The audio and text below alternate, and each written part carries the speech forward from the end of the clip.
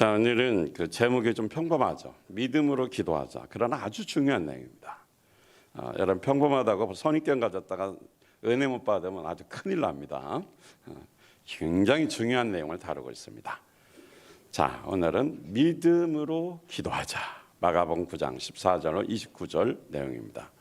세상을 살아가는 방법은 아주 다양합니다. 사람마다 소위 말하는 개똥 철학이 있어요. 대화를 나누다 보면 말도 안 되는 논리와 이론을 주장하는 사람들을 종종 만납니다. 그들은 자신이 주장하는 것에 대한 믿음이 하나님을 믿는 것보다 더 확신을 가지고 아주 큰 소리 치는 것을 볼 수 있습니다. 그런데 또 그런 와중 중에도 누군가 그에게 그의 논리와 그 주장에 대해서 반박을 하면 아주 큰 일이라도 난 것처럼, 무슨 전쟁이라도 난 것처럼 반론을 제기하고 아주 야단법석을 떨게 됩니다. 원래 두려움은 공포에 떠는 겁니다. 그러니까 이런 경우는 그 사람의 믿음이니까 그냥 듣고 말할 기회가 있으면 하고, 아니면 뭐 그런가 보다 하고 이렇게 조용히 물러나는 것이 지혜롭습니다. 그런 사람들과 논리적인 대화 해봐야 전도길 막히고 오히려 감정만 상하니까 그런가 보다, 그리고 끝내는 게 좋습니다. 세상은 정말 근거 없는 믿음을 가지고 큰 소리로 자신 있게 말합니다. 그러나 적어도 그리스도인은 성경이라는 확실한 교과서가 있습니다. 그래서 이 성경이라는 확실한 교과서가 믿음의 본질이고 근거가 되는 것입니다. 따라서 우리는 천국을 믿고 하나님의 자녀고 하나님 나라의 삶을 이 세상에 살고 있다는 것이 얼마나 행복한지 우리는 알아야 되고, 근데 그걸 잘 모르고 산다는 거죠. 비록 고난의 삶이 닥칠지라도 주님은 나의 편이시고 나를 돕는 분이십니다. 아멘, 맞습니다. 주의 나라를 위해 살면 모든 것을 주께서 책임지시고, 내일 걱정은 성경에 보니까 내일이 맡아서 한다 그랬어요. 그러니까 내일 걱정은 내가 할 것이 아니고 내일 되면 내일이 맡아서 한다는 거예요. 아주 그 성경 말씀이 정확한 것 같습니다. 그러면 우리는 어떻게 살면 될까요? 그것은 내일 걱정은 내일에 맡기고, 미래 걱정은 그 미래가 알아서 걱정한다니까요. 내가 걱정을 굳이 알아서 걱정해 주는 그 날이 있는데 왜 내가 걱정하냐고요. 이해되셨어요? 거기다 맡기고 나는 주님과 믿음으로 살면 되는 것입니다. 따라서 오늘은 믿음으로 살아가려면 어떻게 해야 되느냐, 또 믿음으로 살기 위해서 믿음의 기도는 어떻게 해야 되는지 오늘 본문에 나오는 예수님과의 대화를 통해서 배워보고 실천하기 바랍니다. 오늘 성경 말씀 이 본문을 통해서 여러분도 그냥 듣기만 하지 말고 예수님과 좀 대화가 이루어지기를 바라겠습니다. 그러면 아마 큰 은혜 받을 것입니다. 자, 첫째, 다 같이 시작. 믿음은 말로 논쟁하는 것이 아니다. 오늘 본문을 보니까 불가능한 상황에서 일어난 사건이에요. 귀신이 들려 간질병으로 고통당하는 한 아버지의 믿음에 관한 이야기입니다. 이 아버지는 자식의 병을 고치기 위해서 온갖 노력을 다했습니다. 그러나 그 당시에는 불치의 질병을 고칠 방법이 없었습니다. 인간의 수단 방법으로는 의학적이든 과학적이든 해결할 수 없었어요. 자식 때문에 매일 신음하던 이 아버지는 예수님에 대한 소문을 듣고 만나기 위해 달려왔습니다. 참 이런 아버지 요즘 찾아보기 힘들어요. 자식이 아프다, 정신적으로 문제가 있다, 자식이 고통당하다, 그러면 그 아버지가 아들과 함께 해주고 아들의 아픔을 위해서 금식하며 기도하고 새벽마다 부르짖고 아들을 고치기 위해서 좋은 병원 돌아다니고, 이런 아버지 별로 없어요. 그냥 부인한테 네가 알아서 해. 이런 무심한 아버지가 참 많아요. 그리고 자기는 그런 것도 하지도 않고 매일 게임 중독에 골프 중독에 이상한 짓거리만 하지, 그냥 자식에게 관심이 없어요. 왜 나는지 모르겠어요. 그런데 이 아버지는 그런 아버지가 아니에요. 그냥 자기 아들 하나 살리려고 엄청난 노력과 정말 신음하면서 쫓아다니는 방법이 없는데 예수님에 대한 소문을 들은 겁니다. 그러면 이제 해결 방법은 누구밖에 없어요? 예수님밖에 없잖아요. 그러니까 예수님 이제 찾아온 거죠. 근데 이제 오는 날이 장날이라고 예수님 계셨어요? 안 계셨어요? 하필이면 또 안 계신 거야. 그러니까 제자들한테 좀 고쳐달라고 그랬더니 고치기는커녕 말로 싸움만 하고 있어요. 원래 하지도 못하는 사람은 입만 살아 있어요. 하는 사람은 능력 있고 행하는 사람은 말이 많지 않아요. 그냥 행함으로 보여줍니다. 자, 마가복음 9장 14절 보겠습니다. 시작. 그들이 다른 제자들에게 와서 보니 큰 무리가 그 제자들을 둘러싸고 있고 율법학자들이 그들과 논쟁을 하고 있었다. 율법학자들은 성경 박사예요. 그러니까 그 아버지가 자기 아이에 대해서 어떻게 귀신을 쫓아내달라고 했더니 쫓아내지는 못하니까 그 논쟁만 벌어진 겁니다. 말싸움만 벌어진 거죠. 논리적으로 능력을 보여주기보다 이론적으로 논쟁만 벌이고 있는 것입니다. 이런 상황 가운데 예수님께서 이 논쟁을 벌이는 상황 가운데 예수님께서 질문을 하셨어요. 마가복음 9장 16절 보면 예수께서 그들에게 물으셨다. 너희는 그들과 무슨 논쟁을 하고 있느냐? 한참 어떻게요? 지금 말로 논쟁을 하고 있으니까 예수님도 궁금한 거죠. 너희들 지금 무슨 논쟁을 하고 있느냐? 그때 한 사람이 대답을 했어요. 그 무리 중에 있는 한 사람이. 논쟁자들 중에 대답하는 것이 아니라 구경꾼이 그 상황을 그대로 보고하는 것입니다. 그러니까 우리가 대화할 때 조심해야 돼요. 우리가 이게 그 이론적인 이야기를 하지만 주변 사람이 듣고 있다는 겁니다. 특히 그리스도인들의 대화는 참 조심스럽습니다. 주변 사람들이 비신자들이 들으면 안 좋은 이야기도 있잖아요. 그래서 오늘날도 어떻게 해요? 우리는 가만히 있는데 세상이 교회를 책망하고 교회를 훈계하고 교인들을 책망하고 여론도 어떻게 교회를 책망하고 교회 그리스도인들을 어떻게 책망하고 있는 것입니다. 그래서 우리가 이 논쟁적인 삶 가운데서 참 조심해야 돼요. 그래서 언제 어디서나 그리스도인의 삶을 잊지 말고 언어와 생활을 조심해야 합니다. 마가복음 9장 17절 보겠습니다. 시작. 무리 가운데 한 사람이 예수께 대답하였다. 선생님, 내 아들을 선생님에게 데려왔습니다. 그 아이는 말을 못하게 하는 귀신이 들렸습니다. 그러니까 자기 아이가 말 못하는 악한 영이 들렸다는 거죠. 자식이 말을 못해요. 기분 좋은 아버지가 어디 있어요? 그러니까 어떤 사람들은 버리기도 하고 그렇죠. 그런데 이분은 그런 분이 아니에요. 이 아버지는 자식을 너무 사랑하니까 말을 못하는데 그냥 자연적인 질병인 줄 알았더니 나중에 알고 보니까 이게 귀신이 들려서 귀신이 말을 못하게 막는 거죠. 뭐 어떤 충격을 받았는지 어떤 상황인지는 모르지만 하여튼 악한 영이 말을 못하게 벙어리되게 만들었다라는 것이죠. 아버지는 심각해서 고통스러운 마음으로 자식의 병을 고치기 위해서 찾아왔는데 이 사람들은 병을 고쳐주지는 않고 벙어리니까 말하게 고쳐주지는 못하고 말로 싸움만 하고 있네. 얼마나 답답해요. 해결은 안 해주고 자기들끼리 신학적인 논쟁을 하는지 믿음의 논쟁을 하는지 성경이 어쩌고 성경적인 논쟁을 하는지 그건 모르겠지만 하여튼 싸움을 하고 있어요. 한심한 거죠. 이 아버지는 자기 아들의 그 말 못하는 병을 고쳐주기만 하면 되는데 그러기는커녕 말장난하고 있단 말이죠. 얼마나 답답하겠어요. 마가복음 9장 18절.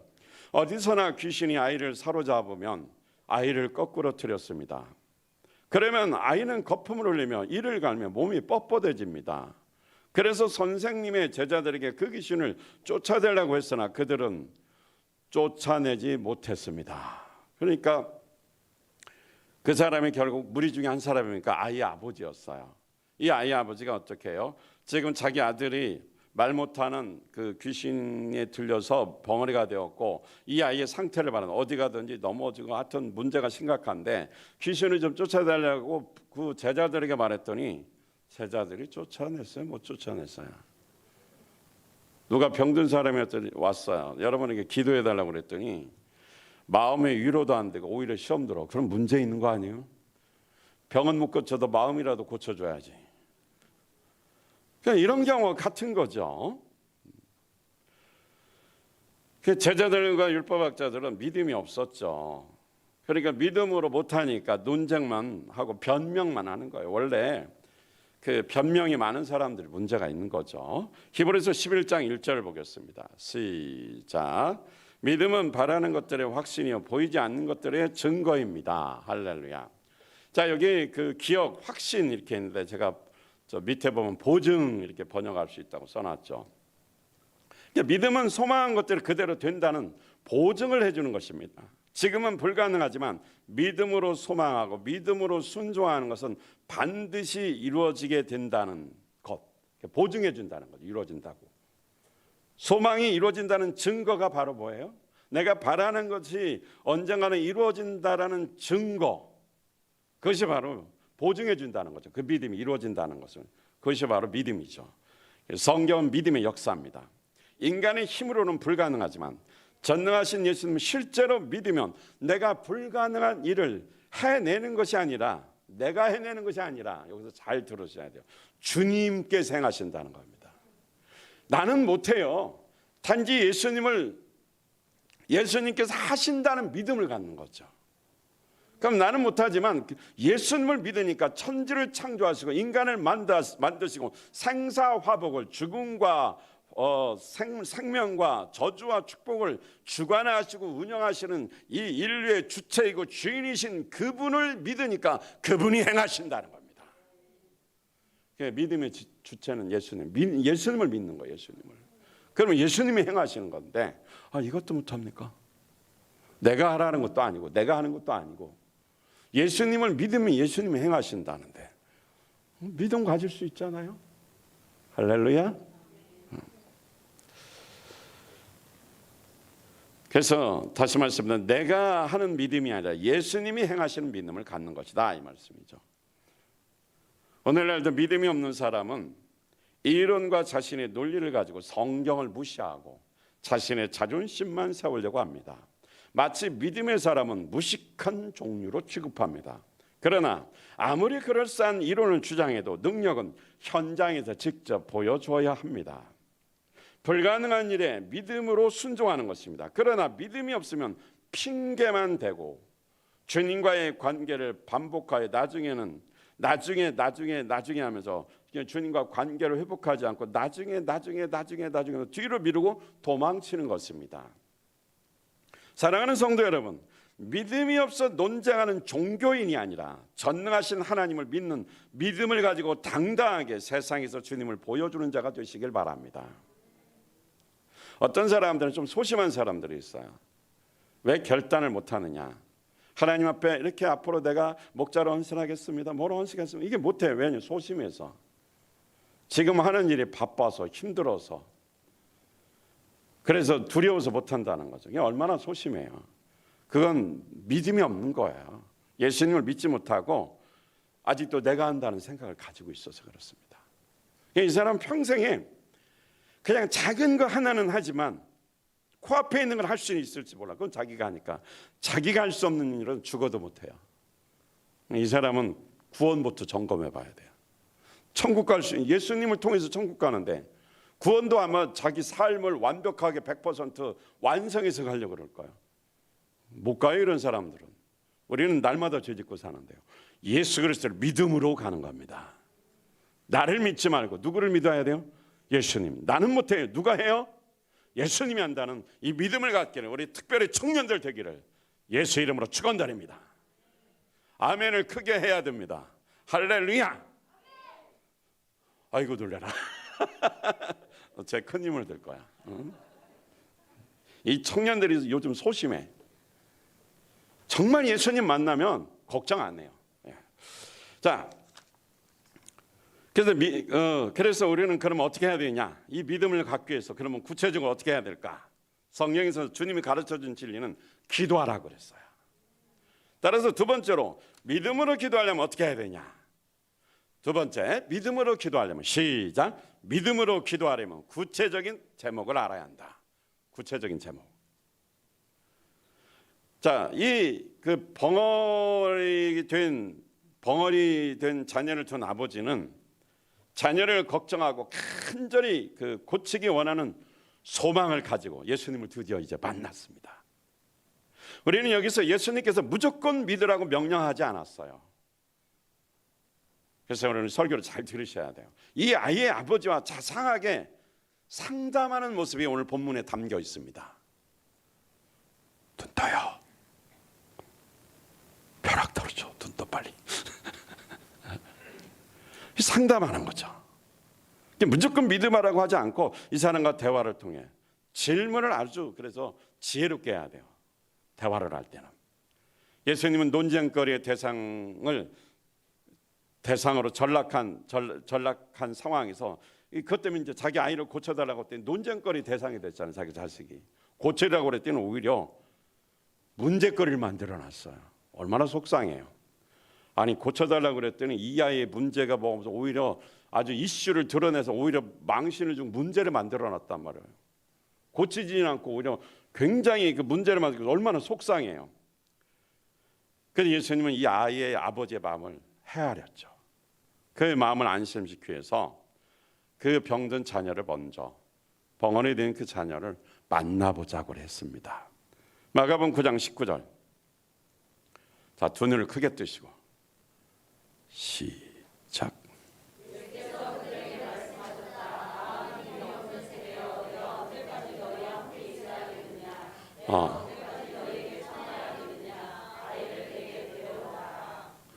왜 너는 안 읽냐? 여기를 봐야지. 다시 한번 읽겠습니다. 시작. 예수께서 그들에게 말씀하셨다. 믿음이 없는 세대여, 내가 언제까지 너희와 함께 있어야 하겠느냐? 내가 언제까지 너희에게 참아야 하겠느냐? 아이들을 데려오라. 자, 여러분들 이렇게 설교에 집중이 안 되죠? 그게 하나님이 주신 걸까요? 악한 영이 준 걸까요? 악한 영이 여러분 말씀 못 들어서 믿음 없게 만들려고 방해하는 거니까 자기 생각이라고 착각하지 마시고 악한 영의 생각이니까 그 물리쳐야 돼요. 집중하시길 바라겠습니다. 예수님은 제자들의 믿음 없는 것을 이렇게 책망하시면서 그 아이를 데려오라고 했어요. 그래서 제자들은 기운이 빠진 상태에서 그렇게 거칠게 논쟁하던 그 자들이 이제 예수님 데려오라니까 변명 한마디 못하고 그 아이를 주님께 데려왔어요. 20절에 보니까 그래서 그들이 아이를 예수님께 데려왔다. 시작. 귀신이 예수를 보자 아이에게 즉시 심한 경련을 일으켰다. 아이는 땅에서 넘어져서 거품을 흘리면서 뒹굴었다. 자, 우리의 믿음의 대상을 누구라고 말씀했죠? 그렇죠. 예수님이죠. 믿음의 주체는 내가 아니고 예수님이시라는 거죠. 그러니까 예수님을 믿으면 그 능력이 주님에게서 나타나는 것입니다. 내가 귀신을 쫓아내는 것이 아니고 예수님을 믿으면 누가 쫓아내요? 예수님이 쫓아내니까 우리는 누구를 믿어야 돼요? 예수님을 믿는 것이죠. 귀신 들린 이 아이는 예수님 앞에 나오자마자 악한 영이 들린 그 현상들, 외적인 증상이 나타났어요. 심한 경련을 이렇게 부르르 떨면서 땅에 뒹굴고 넘어지고 거품을 흘리면서 완전히 뒹굴뒹굴 떼굴떼굴 난리가 난 거죠. 제자들과 율법학자들 앞에 있을 때는 오히려 이 악한 영이 조종을 해서 둘이 싸우게 만들었어요. 생각에 침투해가지고 잘난 척하면서 싸우게 만들었어요. 그런데 예수님 나타나니까 예수님한테 한마디 말도 못하고 그 증상이 나타나서 어떻게 떼굴떼굴 굴리면서 막 심한 경련으로 침을 흘리고 난리가 난 거죠. 완전한 차이가 나죠. 그렇죠? 여러분이 진짜 예수님을 믿는지 안 믿는지는 이 무당이 굿할 때 거기에 가보면 알아요. 이 사람이 거기 갔는데 무당이 굿을 너무 잘해요. 당신 가짜요. 왜냐하면 내가 조금 뭐 삶이 시원찮고 뭐 그렇게 거룩하지는 못해도 진짜 예수 믿는 사람이면 무당이 있는 자리 가면 무당이 점이 안 나와요. 근데 무당이 굿을 너무 잘하네. 너는 나한테 와 그래. 그 가짜 예수 안 믿는 거야. 구원이 확실히 있는지 없는지 확실히 구분하는 거. 여기 없어졌네. 다른 데를 한번 데리고 가서 실험을 해야겠어. 한 사람씩. 가짜인지 진짜인지. 우리 청년들 하나씩 데리고 가서 실험을 해봐야 될 것 같아. 미래 주님 앞에 어떤 인물로 키울까 미리 좀 조사를 해야 될 것 같습니다. 자, 그러니까 예수님 앞에 가니까 완전히 어떻게 정체가 드러나서 난리가 나 아수라장되었죠. 예수님은 이런 상황에서 흥분하지 않았어요. 그렇게 막 들뜨고 뭐 난리칠 때 절대로 흥분하면 안 돼요. 차분하게 그 아비와 어떻게 상담을 합니다. 마가복음 9장 21절에 예수께서 그 아버지에게 물으셨다. 아버지에게 질문한 거죠. 그 다음 시작. 아이가 이렇게 된 지 얼마나 되었느냐. 그가 대답하였다. 어릴 때부터입니다.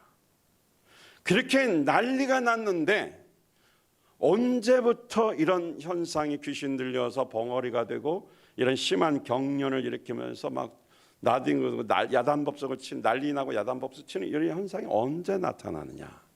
어릴 때부터, 꽤 오래된 거죠. 자, 그 다음에 또 말합니다.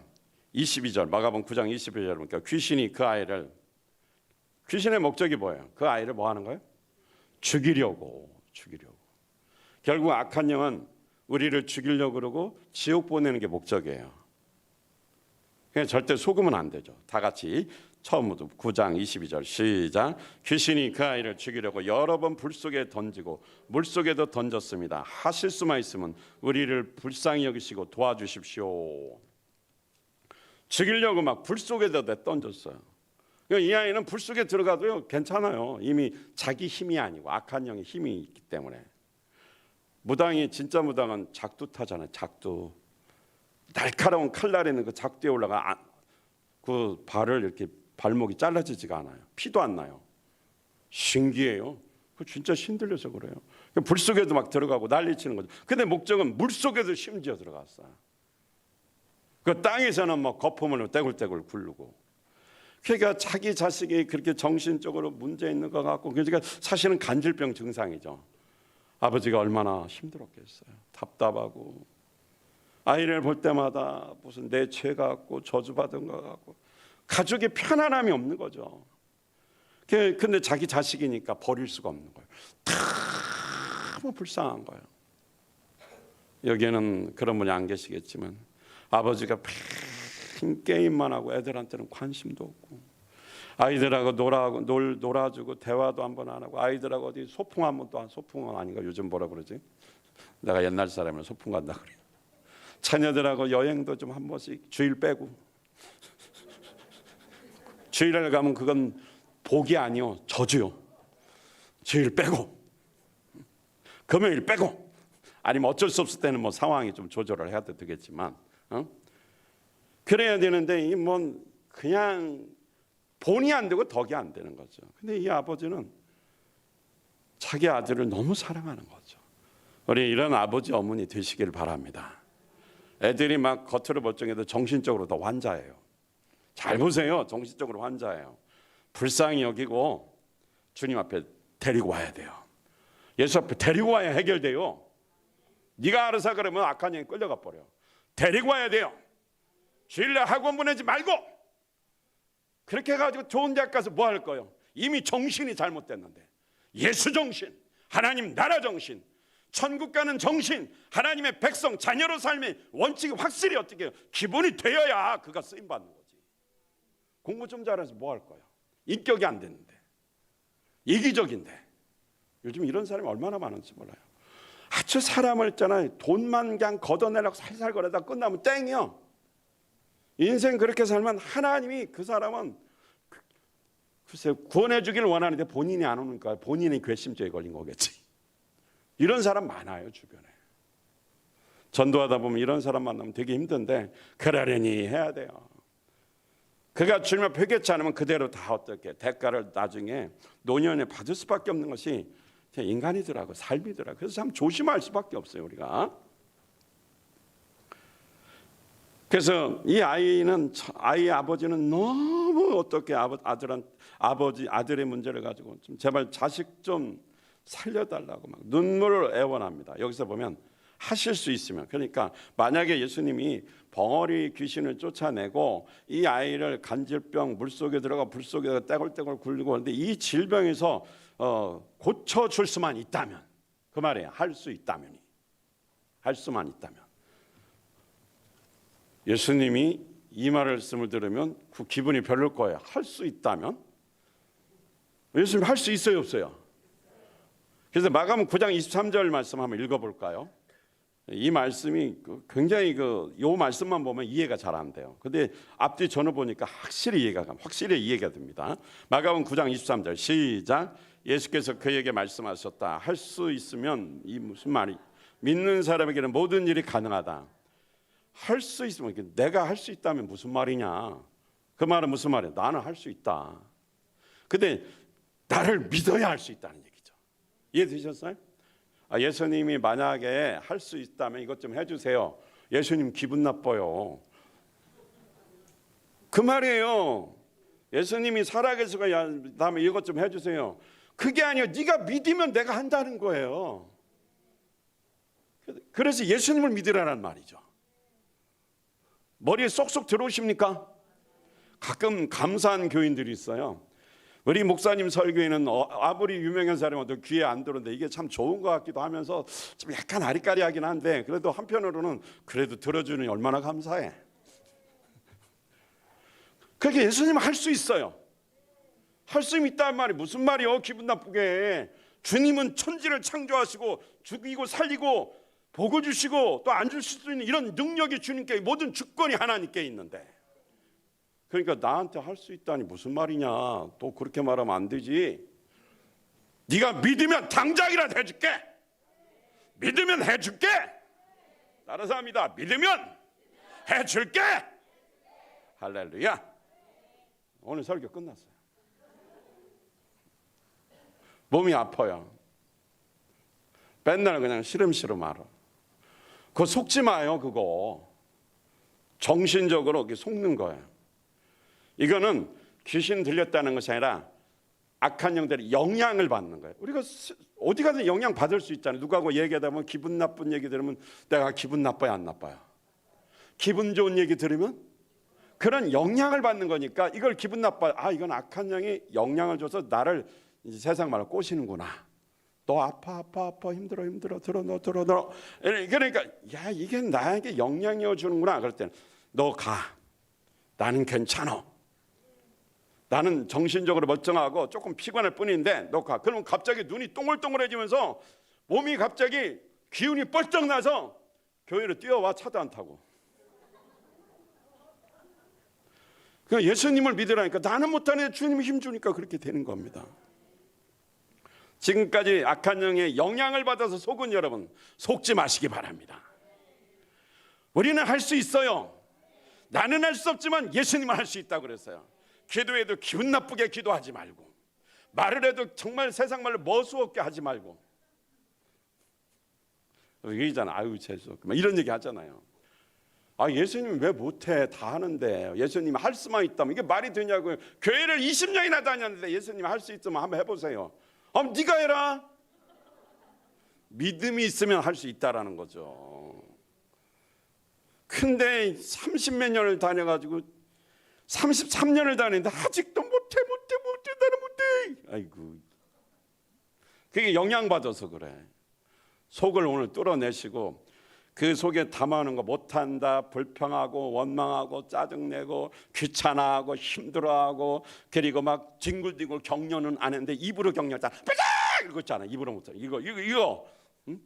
누군지 자기가 알 거야. 머리를 더 볶아놓고 가발 쓰고 할까? 그거 몰아내야 돼요. 그거에 속지 말라고요. 속지 말라고.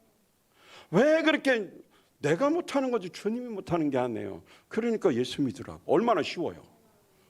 네가 하라는 거 아니지 않느냐. 내가 하겠다는데 믿으면 모든 것이 가능하다는 거죠. 진짜 예수를 믿어라 이 말씀이죠. 할렐루야. 그러니까 24절에 보니까 이 아버지가 믿음이 있으면 한다 그러니까 이 아버지가 또 참 지혜로워요. 자기를 볼 줄 알아요. 우리는 분수를 알아야 됩니다. 주제 파악을 잘해야 돼요. 24절 시작. 큰 소리에 외쳐 말해야 돼. 내가 믿습니다. 믿음 없는 나를 도와주십시오.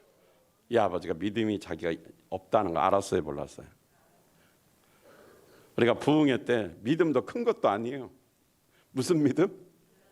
겨자씨만한 믿음이 얼마나냐면요, 볼펜으로 손바닥에다 콕 찍어보세요. 자기 손바닥에 한번 볼펜 자국을 콕 찍어보세요. 그게 겨자씨야. 그보다 더 작을 수도 있어. 믿음은 어쨌든 겨자씨도 믿음, 큰 믿음, 작은 믿음도 믿음이야, 믿음. 그래. 아주 그 아들이 똑똑하네. 엄마한테 믿음 가지라고, 겨자씨. 엄마 제발 겨자씨. 얘가 말해주는 거지, 주의 음성을. 여길 봐요, 저를 봐야지 왜 옆을 봐요, 민망하게. 나는 누구라고 얘기한 적이 없습니다. 함께 웃고 같이 하자는 거예요, 기분 좋게. 왜냐하면 이러면서 마음이 풀어지니까 그런 거죠. 그러니까 믿음 없는 걸 도와달라고 하죠. 막 울면서 주여. 그러니까 그냥 그냥 장난으로 그냥 믿음 주세요. 그럼 건성건성 무슨 깡패 건달처럼 믿음 줘. 이러면 안 돼요. 여기서 보세요. 주여 믿음을 주시옵소서. 울면서 그냥 그 자리에서 대화하는데 주여 믿음 주세요. 이렇게 안 했어요. 그렇게 안 하고 눈물을 흘리면서 둘이 1:1 대화니까 믿음 주세요. 대화를 하니까 다 풀리더라고요. 믿음 없는 것을 발견하고 믿겠다고 아버지가 결단합니다. 이제 믿습니다. 예수 믿기로 살기로 결단한 거죠. 믿음 좀 주세요. 예수님은 이 아버지와 상담을 통해서 그들의 문제를 구체적으로 파악했습니까? 안 했습니까? 문제를 파악하니까 예수님이 해결해 주십니까? 안 해주십니까? 해결해 주셨어요. 그래서 그 대화를 통해서 어떻게 해요? 자신의 모습을 발견하게 하고, 죄도 발견하고, 문제도 발견하고, 아이의 상태도 발견하고, 그래서 구체적으로 이런 모습이라고 대화를 통해 예수님께 도움을 요청한 것입니다. 사랑하는 여러분, 믿음으로 문제를 해결하는 기도를 하려면 문제를 잘 파악하고 구체적으로 기도해야 됩니다.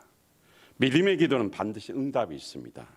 예수님을 믿음의 대상으로 확신하고 기도하면 반드시 응답을 받게 되어 있습니다. 따라서 믿음으로 기도하려면 구체적인 기도 제목을 어떻게 해야 돼요? 잘 파악해야 됩니다. 그리고 주님께 낱낱이 자세하고 섬세하게 진심으로 기도해야 합니다. 오늘부터 우리는 여러분의 VIP, 목장이 VIP 있습니다. 기도 제목을 그냥 자기 마음대로 정하지 말고 대화를 통해서 구체적으로 그 마음의 상태, 문제, 질병, 또 원인들, 가족관계, 그 사람의 어떤 그 언어들 잘 파악해서 구체적으로 적으세요. 그리고 믿음으로 기도하시면, 물론 가족 중에 VIP도 마찬가지고. 그러면 어떻게? 주님이 내가 만약에 믿음이 없다면 어떻게? 믿음 달라고 기도하면 되겠죠. 구체적으로 기도하시기 바랍니다. 세 번째로 믿음으로 기도하면 어떻게? 확실하게 응답을 받습니다. 예수님은 구체적인 기도 제목을 가지고 믿음으로 기도하면 모든 것을 할 수 있다고 긍정적으로 말씀하셨습니다. 할 수 있다고 하는 말이 무슨 말이냐? 나는 네가 믿기만 하면 모든 것이 다 가능하다는 거죠. 할 수 있다는 거죠. 믿음이 없으면 어떻게 하라고 하세요? 예수님께 믿음을 달라고 기도하면 되는 거죠. 어떤 사람은 안 믿어져. 설교도 들어도 안 믿어지고, 자기가 실패를 많이 하고 너무 자기 자신에서 자존심이 낮아져가지고 자존감이 낮아가지고 사람도 의심도 잘하고 하나님 말씀도 안 믿어져. 누가 믿는다고 간증하고 잘 됐다고 말하면 휘 비웃어. 그렇게 부정적이 된 거죠. 이 사람은 대화 안 되잖아요. 방법 없어요. 본인이 주여 내 이 상태를 하나님께 아릅니다. 믿음 주시옵소서. 믿고 싶어도 안 믿어지는데 나를 불쌍히 여기소서. 믿음 달라고 기도해야 되죠. 믿음 달라고. 그래서 기도할 때 구체적인 기도 제목을 찾기 전에 기도하면 응답받는다는 믿음부터 달라고 기도하셔야 됩니다. 제자들은 귀신 못 쫓아내니까 논쟁만 하고 능력이 안 나타났죠. 그러니까 예수님, 이런 능력이 나타나려면 어떻게 해야 됩니까? 좀 가르쳐 주세요. 그랬어요. 그랬더니 예수님께서 가르쳐 주셨습니다. 마가복음 9장 29절입니다. 시작. 예수께서 그들에게 대답하셨다. 이런 부류는 기도로 쫓아내지 않고는 어떤 수로도 쫓아낼 수 없다. 그 밑에 기도를 보니까 기도와 금식으로. 그러니까 이런 영적인 문제가 있을 때는 금식하고 기도해야 돼요. 금식만 하면 안 됩니다. 금식도 하고 뭐도 해야 돼요? 기도도 해야 돼요. 그러니까 내가 믿음이 없다. 그럼 굶어야지 뭐. 금식해야 돼요. 믿음이 없으면. 금식하며 기도하면 되는 것입니다. 그래서 금식하며 기도할 때 우리는 이 불가능한 문제를 해결할 수 있어요. 그리고 그 믿음의 대상이 예수님이니까, 천지를 창조하시고 생사화복을 주장하시는 주인이신 예수님을 믿으니까, 예수님께 믿음 달라고 해서 예수님을 믿는 믿음을 주시면 그 믿음으로 기도하면 예수님이 어떻게 행하시니까 응답은 반드시 이루어지게 되어 있습니다. 자, 여러분, 하나님 아버지가 믿을 만한 사람입니까? 못 믿을 사람입니까?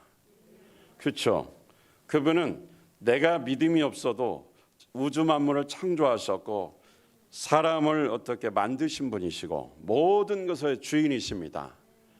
그러니까 안심이 돼요. 그러니까 그분한테 믿음으로 구하면 받는 건 확실합니다. 근데 여러분은 예를 드는 거예요. 어떤 아버지가 있는데 그 아버지가 집도 없고 월세 겨우 살고 통장에는 마이너스 빚만 한 1억 있어요. 그 딸이 있다가 아빠 나 100만 원만 줘 할 때 그 아빠가 100만 원 줄 수 있는 능력이 있어요, 없어요? 없단 말이에요. 그러니 그 아빠는 직장 생활도 안전하고 집도 있고 통장에 한 10억도 있어요. 그런데 딸이 있다가 필요한 거예요, 정말. 뭐 등록금 필요하다 그러면 아빠 나 등록금 한 500만 원 필요한데 제가 이번에는 좀 힘든데 아빠가 좀 대줄 수 있습니까? 딱 보니까 대줘야 되겠어요. 그래서 오 오케이 하고 바로 줍니다. 그럼 믿을 만한 아버지니까 달라고 하면 주는 거예요. 하나님 아버지는 이보다 더 위대하신 아버지세요. 그런데 기도는 예수 이름으로 해야 됩니다. 예수 이름으로 그 아버지를, 예수님을 믿고 그 아버지에게 말하면 그 아버지는 뭐든지 다 줄 수 있는 거예요. 그러니까 믿을 만한 분한테 우리가 기도하는 겁니다. 히브리서에 나오지 않습니까? 맹세할 때 맹세는 가장 높은 사람, 능력 있는 사람한테 해야 되는데 이 세상에 찾아봐도 없으니까 하나님께 자기 이름을 가지고 맹세했다고 그랬어요. 예수 이름을 믿으시고 주님께 구체적으로 기도하시기 바라겠습니다. 그래서 어떻게 예수님께 이 아버지는 믿음 달라고 기도했죠? 간청하니까 어떻게 믿음 줬어요, 안 줬어요? 주셨어요. 왜냐하면 25절 보면 자 시작. 예수께서 무리가 어울려 달려오는 것을 보시고 예수님이 꾸짖어 말씀하셨다. 벙어리와 귀신 귀머거리가 되게 하는 귀신아 내가 너에게 명한다. 그 아이에게서 나가라. 그리고 다시는 그에게 들어가지 말아라. 자, 예수님께서 귀신을 쫓아냈어요. 믿음이 있으면 너의 아이의 병을 고쳐줄 수 있다 그랬어요. 그랬더니 예수님께 믿음 없는 걸 도와주셔서 그랬더니 바로 예수님께서 귀신을 쫓아냈어요. 그러니까 그 아버지에게 뭘 주신 거예요? 믿음 주신 거죠. 그랬더니 26절에 보니까 그러자 귀신이 소리를 지르고서 아이에게서 심한 경련을 일으켜 놓고 나갔다. 아이는 죽은 것 같이 되었다. 그래서 사람들은 모두 말하기를 아이가 죽었다 했다. 죽은 것 같지만 사실은 악한 영이 떠나가니까 어떻게 속이 비어버리니까 잠깐 힘이 없어 쓰러진 거지 건강하게 된 것입니다. 죽은 것이 아니고 고침받은 현상이죠. 자, 이와 같이 예수님을 믿으면 주님께서 해결하시고 고치시는 것입니다. 모든 능력은 예수 이름에 달려 있습니다. 우리가 예수님을 믿으면 악한 영을 몰아내고 승리하여 자유를 얻게 됩니다. 할렐루야. 사악한 영을 대적하라는 저자 찰스 H 크래프트라는 사람이 있습니다. 이분의 책을 보면 이런 예화가 나와요. 어떤 자매가 사이비 막 이런 귀신 믿는 종교 있잖아요. 거기에 빠졌다가 예수님을 믿었어요. 그런데 이분이 이런 간증을 하는 거예요. 자기가 옛날에 사교에 빠졌을 때는 귀신이 보였나 봐요. 그래서 사람마다 능력이 다르대요. 세상 사람도 별걸 다 하네. 그래서 어떤 사람은 마음이 약하고 늘 쓰러지고 힘들고 당하는 사람들이 있죠. 이 사람은 영적인 능력이 약하다는 거죠. 어떤 사람은 영적인 능력이 대단하대요. 예수님 안 믿는 사람들의 세계에서 이런 게 있다는 거죠. 그래서 저도 이 책을 읽다가 그러면 나는 예수 믿기 전에 능력이 컸을까 약했을까? 갑자기 그 생각을 한번 해봤는데 소용없는 질문이에요. 근데 이분이 사교에 빠졌을 때에 이렇게 예수님 안 믿는 사람들의 모습을 본 저 사람은 영적인 능력이 강하고 약하다 이게 보였는데 예수 믿는 사람들은 보니까 무조건 강한 거야. 예수 믿는 사람은 걱정할 게 없는 거야. 예수 이름을 통해서 성령의 능력이 강하게 임재했기 때문에 이미 예수 이름을 믿고 구원받은 하나님의 자녀는 능력이 있다 없다가 아니고 이미 능력이에요. 근데 왜 악한 영에게 당하느냐? 왜 그렇게 능력 없는 것 좀 맨날 귀싸대기 맞고 얻어 터지고 돌아다니느냐? 그 능력을 사용할 줄 모르더라는 거죠. 악한 영에 들린 사고에 빠진 사람이 귀신을 보면서 그런 얘기를 한 거예요. 그러니까 뭐요? 내게 예수 이름이 있고 하나님이 능력이 있는데도 그걸 사용하지 못하는 거죠. 그래서 당한다는 거죠. 이미 그에게는 능력이 어마어마하게 있는데 그걸 사용 못한다는 겁니다. 왜 사용하는 방법을 몰랐겠죠. 사용하는 방법이 뭘까요? 네? 아니, 그러면 당하고 사세요. 기도를 안 한 거죠. 성령님 함께 하시고 예수님을 믿고 그 예수 이름만 사용하면 집안의 악한 저주, 불순종, 그리고 지옥 가는 거, 우상숭배 다 무너지고 없어지고 사라질 텐데 그건 믿지를 못하고 사용을 못하는 거예요. 이미 그런 걸 해결할 능력은 전능하신 하나님이니까 내 안에 계시다는 그분이 충분한데 넘치는데 그걸 사용을 못하더라는 거죠. 졸음도 하나 못 이기는 사람들이 뭘 하겠어. 충분한데 기도하세요. 주님을 믿음으로 기도하셔야 돼요. 오늘날에 귀신 들렸다든지 악한 영에 들렸다든지 어떤 영향을 받은 이런 오늘 귀신 들린 여기 악한 영의 현상은 뭐야?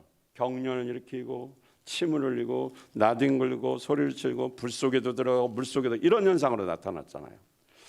오늘 현대인에게 물론 이런 모습이 진짜로 나타나기도 해요. 심한 사람. 그런데 보통 사람에게 그렇게 안 나타나요. 그건 귀신의 어떤 들림보다는 외부적인 영향을 받기 때문에 그렇습니다. 이런 그 귀신 들림의 영향이나 현상이 오늘날은 어떻게 나타나느냐? 제일 심한 게 중독에 빠지게 하는 겁니다. 중독에 빠지면 저희가 중독에 빠진 걸 모르잖아요. 사탄은 거짓잡이니까 거짓말을 참 많이 하게 만듭니다. 거짓말을 자연스럽게 하게 하죠. 거짓말에 대한 죄의식도 없어요. 입만 열면 거짓말해요. 누구 닮아서? 거짓아비 닮아서. 한번 어떤 분이 전화가 왔어요. 자기 아이를 우리 저기 선생님들한테 배우게 하고 싶대요. 근데 제가 느낌이 이상해요. 그럼 한번 알아보겠다고. 그래서 이제 전화 어떻게 해서 어떻게 알아봤더니 다른 학원 다니는데 그 다른 학원 학원비를 왕창 밀려놓고는 그거 띄어먹고 이제 일로 오겠다는 거죠. 그건 거짓말이잖아요. 그렇게 살면 안 되죠. 그건 하나님 앞에 그렇게 잘하는 아이들은 복을 못 받아요. 그건 제가 봤어요. 20, 30년 지나니까 딱 결과 나타나요. 이런 사람들 많아요. 피아노 학원도 보면은 이쪽에 열심히 다니다가 갑자기 옮겨요.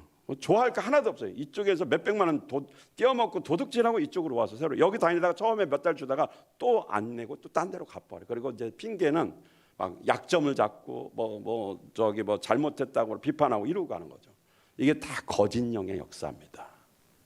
이런 게 속지 않았으면 좋겠어요. 저는 그리스도인들은 제발 그냥 없으면 그냥 가르치지 말고 그냥 기도하고 그냥 있는 대로 형편대로 가르쳐요. 그럼 훌륭하게 자라요. 그래도. 근데 다 뭐 그런 식으로 해서 사니까 사람이 야비하게 자라니까 인격도 그렇게 되니까 나중에 결론도 그렇게 나옵니다. 그리스도인들은 이런 데 영향받으면 안 돼요. 없으면 없는 대로 사는 거죠. 정직해야 돼요. 정직한 사람 누가 봐도 알아요.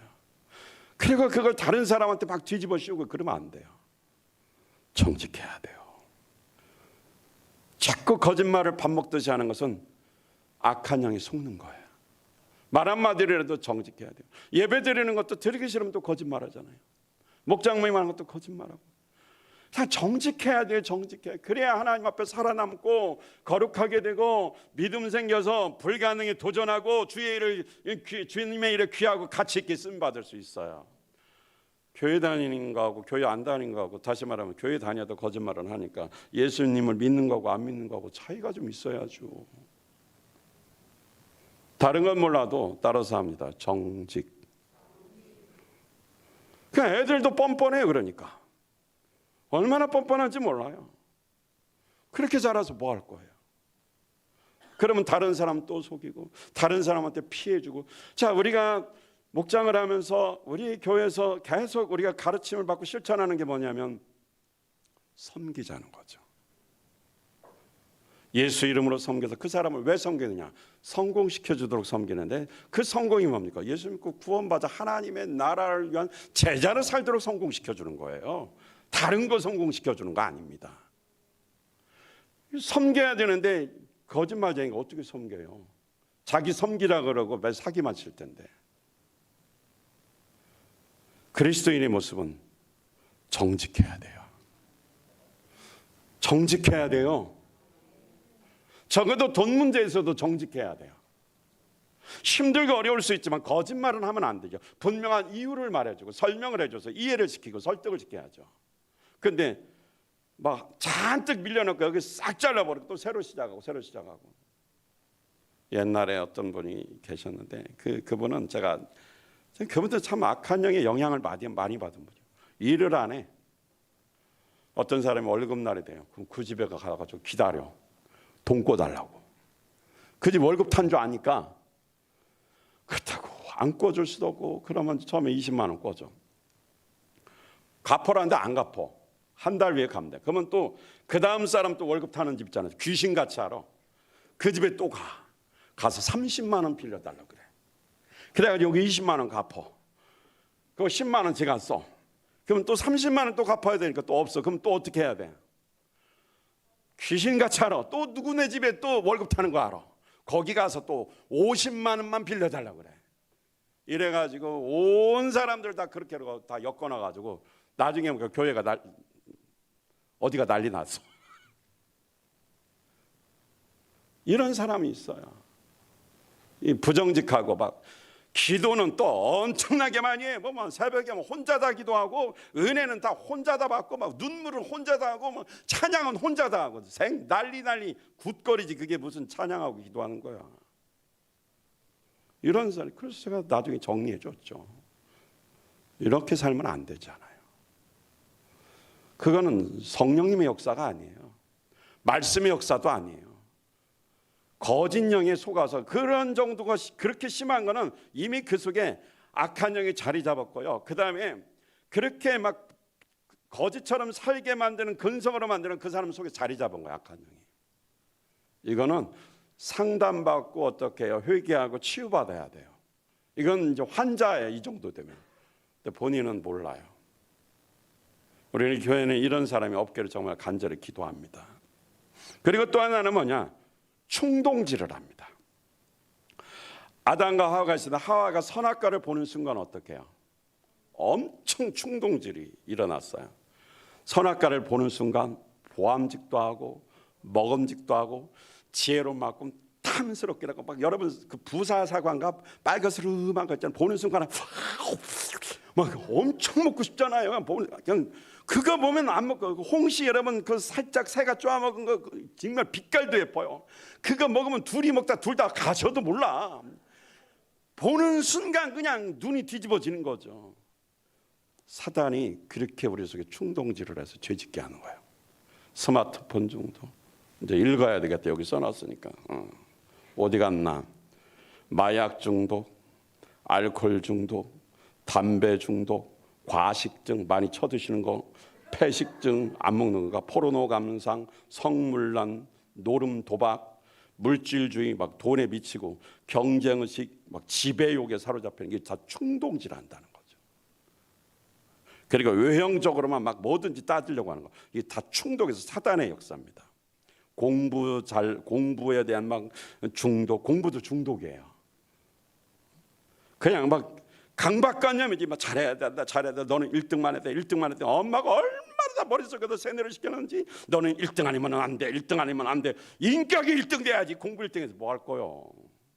둘 다 잘하면 더 좋지. 둘 다 잘하면 좋죠. 그러나 둘 중에 하나라면 인격이 좋아야죠. 그 다음에 또 뭐 있냐? 좋은 옷. 그냥 옷만 보면 또 환장을 하네. 그냥 인터넷 쇼핑 딱 나왔다가 옷에만 만들면 그냥 긁어버리네. 그리고 또 반납하고 긁고 반납하고 긁고, 그리고 옷 안 샀다고 그러고 개뻥을 막 왕창 치고 또 맨날 옷 사입고 옷 가려면서 옷 없대. 이런 그 입에 거짓말이야. 자갈 물려. 돈 없다고 하면서 아이고, 그리고 하나님 앞에 뭐 하자고 뭐 맨날 짜증 내고 불평 내고 그냥 없는 소리 있는 소리 다 대고 그러지 말고 자기 양심을, 그거 다 중독이요, 중독.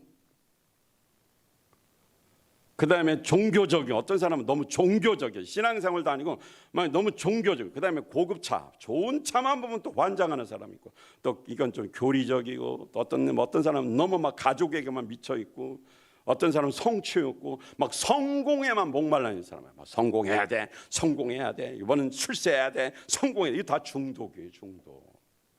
주님 모시고 살면요, 그런 거에 크게 연연하지 않아요. 물론 젊었을 때야 그럴 수 있죠. 뭐 젊었을 때 그렇지만 한번 생각을 해보세요. 이게 중독인지 하나님이 주신 은혜인지 비전인지 이거 잘 분별해야 돼. 잘 분별 못해요. 내 나이 돼야 하는데 알고는 계세요, 젊은 사람. 그렇지만 너무 심한 중독에 빠지면 못 빠져나오니까 위기의 순간에 이게 하나님과 상관이 있을까 한 번만 생각해 보세요. 한 번만. 그러면 중독에서 빠져나올 수가 있습니다. 기도하면서 늘, 그래서 주변에 중보 기도자가 있어야 돼요. 부모가 기도하든지 엄마가 기도하든 아빠가 자식을 위해서 기도해줘야 그 자녀가 그런 좋은 것 같은 포장이에요. 정말 누가 봐도 좋은 거잖아요. 그러나 그건 사실은 하나님과 상관없는 중독에 빠진 거예요. 이런 게 너무 많은 거예요. 이걸 분별할 수 있는 지혜가 우리에게 있어야 돼요. 이런 사실을 알면 구체적으로 기도합니까, 안 합니까? 구체적으로 기도하게 되죠. 오늘날 이렇게 악한 영이 조종해서 만들어서 이런 현상이 나타나는 거예요. 충동적인 중독. 악한 영이 현대에 나타나는 증상임을 알고 이걸 인정하고 회개할 때 치유받을 수 있어요. 사랑하는 성도 여러분, 오늘 우리는 믿음으로 기도하는, 구체적으로 믿음으로 기도하는 삶을 통해 자유를 얻어야 됩니다. 믿음의 기도는 두리뭉실하게 하는 것이 아닙니다. 대화를 통해, 아니면 깊은 기도를 통해 구체적으로 기도 제목을 발견해야 됩니다. 제가 이제 여러분의 한 가지 지금 생각하는 거는, 여러분들과 1대1로 이렇게 상담하면서 여러분들 한 사람 한 사람 기도해 주는 그런 시간을 좀 갖기를 원합니다. 뭐 여기서 뭐 무슨 죄거리가 있거나 뭐가 있어서 그런 것이 아니라 마음을 한번 좀 이야기를 들어보는 거죠. 그 사람이 어떤 마음을 가지고 어떤 일이 있었는지. 제가 얼마 전에, 그분은 뭐 이 설교는 안 듣겠죠. 네. 어떤 분하고 대화를 하는데 교회 안 다니시는 분이에요. 그러니까 교회를 옛날에 다녔는데 신기해, 그분은 교회만 가면 목사님한테 상처를 받는 거예요. 한 번만 그러면 우연인 줄 알았는데 또 다른 교회 갔는데 그 교회 가서 또 상처를 받았어요. 그래서 또 한번 열심히 해보자. 또 다른 교회 갔는데 거기서 또 목사님한테 또 상처를 받았어요. 그냥 목사님이 상처를 준 건지 자기가 그냥 혼자 오해를 한 건지를 모르겠어요. 네 번째 가고 이제 마지막으로 이제 어린아이를 안고 내가 뭔가 좀 진짜 이제 다시 한번 신앙생활을 시작해보자고 부흥회니까 큰 교회, 청주에 뭐 큰 교회가 있어요. 주차장도 넓고. 그래서 이제 부흥회가 갔더니 자리가 없어요. 그러니까 거기 보니까 목사님들 지정석이 몇 개가 있더래요. 그러니까 처음 갔으니까 모르니까 막 애기 없고 땀 뻘뻘 흘리면서 거기다가 이렇게 차를 댔더니 세상에 그분이 쌍욕을 퍼부어대더래요. 근데 그분이 아마 누군지는 모르겠지만 그런 사람이었던 것 같아요. 그 다음부터 교회 담싹 안 나간대. 그냥 이분은 그냥 계속적으로 한 부류에만 상처를 받기 시작하는 거죠. 그래서 제가 대화하면서 그러니까 막 목사를 보면 막 반감을 가지고 대적하기 시작하는 거예요. 그래서 제가 당사자는 아니지만 하여튼 제가 대신해서 사과합니다. 미안합니다. 죄송합니다. 그랬어요. 그랬더니 분개하는 마음을 가지고 있던 그게 싹 녹아지면서 마음이 쑥 내려가더니 편안해지면서 하더라고요. 여기 설명은 안 해드릴게요. 요거 기침하는 설명은 안 해드릴게요. 그 순간에 이 사람이 자유를 누리더라고요. 저분 됐구나. 누군가가, 근데 이런 얘기 전해주면 안 돼. 또 혹시 여기 아는 사람이 있으면 그냥 모르는 척 해야 돼요. 그러니까 이게 대화를 하다 보면, 예수 이름을 가진 사람하고 대화를 하다 보면 그 사람이 치유받을 수 있는 거예요. 자연스럽게 끝까지 한마디 듣기만 했어요. 듣기만 하고 나중에 미안합니다 그랬죠. 그 마음이 녹아지니까 본심을 이야기하기 시작하더라고요. 우리가 이렇게 힘들고 어려울 때 예수님도 대화를 통해서 그 아이의 아버지의 문제를 파악하고 아이의 문제를 줘요. 여기서 소리도 지른 게 아니에요. 귀신아 나가라. 다시는 어떻게 들어오지 말아라. 그 난리쳤던 게 잠잠해진 겁니다. 그래서 우리는 믿음으로 예수님을 믿음을 기도하는데 기도할 때 두리뭉실하게 하지 말고 구체적으로 하셔야 됩니다. 코로나 지금 백신이 나와서 이제 어떻게 코로나도 종식되면 이제 영혼권의 역사가 일어나 부흥 역사가 일어납니다. 이런 시점에 있어서 우리가 구원해야 할 대상, 전도할 대상자를 위해서 믿음으로 기도해야 돼요. 저 사람 안 될 것 같다 이 생각 버리세요. 하나님이 하시면 됩니다. 구체적으로 좀 기도 제목을 가지고 매일매일 목장에 좀 모여서 기도하시기 바랍니다. 믿음의 기도는 가로막힌 악한 영을 물리치고 사람을 고치고 구원받게 하는 능력이 있습니다. 날씨가 무덥지만 새벽은 무지하게 시원하고 때로는 춥기도 합니다. 새벽에 기도하시면 좋겠습니다. 한번 주님 앞에 나와서 주님과 대화하면서 자기 문제를 좀 풀어놓고 먼저 해결받으시기 바랍니다. 주님 앞에도 회개할 것이 있는지 자기를 좀 내놔야지. 아까 충동적인 거, 거짓령의 문제 이런 거는 자기는 알잖아요. 주님 앞에 그대로 말씀하세요. 혼자도 기도하면서 치유받을 수 있어요. 그러면서 어떻게 해요? 그게 안 될 때는 이제 목회자나 목자나 상담을 통해서 이제 힘들 경우는 상담을 통해서 해결하지만 웬만한 사소하고 좀 믿음이 있고 교회 생활을 오래 한 사람은 얼마든지 금식하고 기도하면서 혼자 해결할 수 있습니다. 그러면 어떻게 해요? 가로막힌 악한 영으로 중독으로 충동적인 어떤 그 죄의 문제로 고민하던 자들이 어떻게 해요? 회개하면 막힌 담이 무너지니까 어떻게 됩니까? 시원하게 기도가 된다라는 것입니다. 그러면 자유를 얻게 되는 것이고 거기서부터 행복한 신앙생활이 되는 것입니다. 할렐루야. 오늘 말씀처럼 믿음으로 기도하는 여러분들요. 주의 능력을 체험하시기를 예수 그리스도 이름으로 축복합니다. 할렐루야. 우리 이 시간 한번